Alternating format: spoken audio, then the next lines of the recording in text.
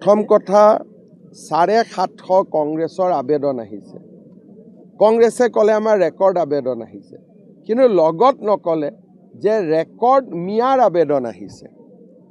750ৰ 600 গৰাকীয়ে মিয়া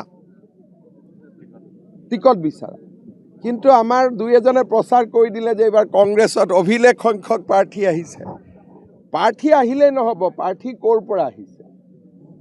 প্ৰাৰ্থী অকল মিয়াসকলৰ পৰা আহিছে।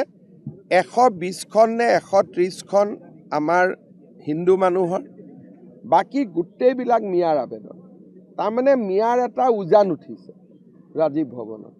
আৰু লাষ্টৰ দিনাখনো আপোনালোকে দেখিছে তমৰীয়াৰ পৰা কি ধৰণে আপোনাৰ মিয়া উঠি আহি ৰাজীৱ ভৱনত নামাংকন পত্ৰ বা নমিনেশ্যনৰ হেৰি দিছিলে, আপোনাৰ তেওঁলোকে এপ্লিকেশ্যন দিছিলে।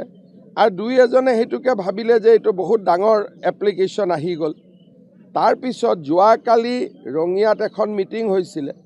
মই প্ৰথমতে মিটিংখনৰ বিষয়ে জনা নাছিলোঁ। পিছত গধূলি মোক গোটেই মিটিংখনৰ যেতিয়া কোনোবাই ফটো দিলে, মই নিজে আচৰিত হৈ গ'লোঁ যে এখন কংগ্ৰেছৰ মিটিং হোৱা নাছিল, এখন ইজতেমা হৈ আছিলে। তাত মিটিং কম, ইজতেমা বেছি।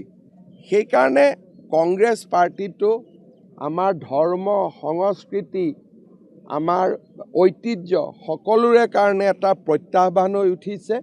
আৰু এই পাৰ্টিটোক আমি যিমানেই ইলেকশ্যনত পৰাজিত কৰিব পাৰিম, সিমানেই দেশ আৰু জাতি সুৰক্ষিত হ'ব।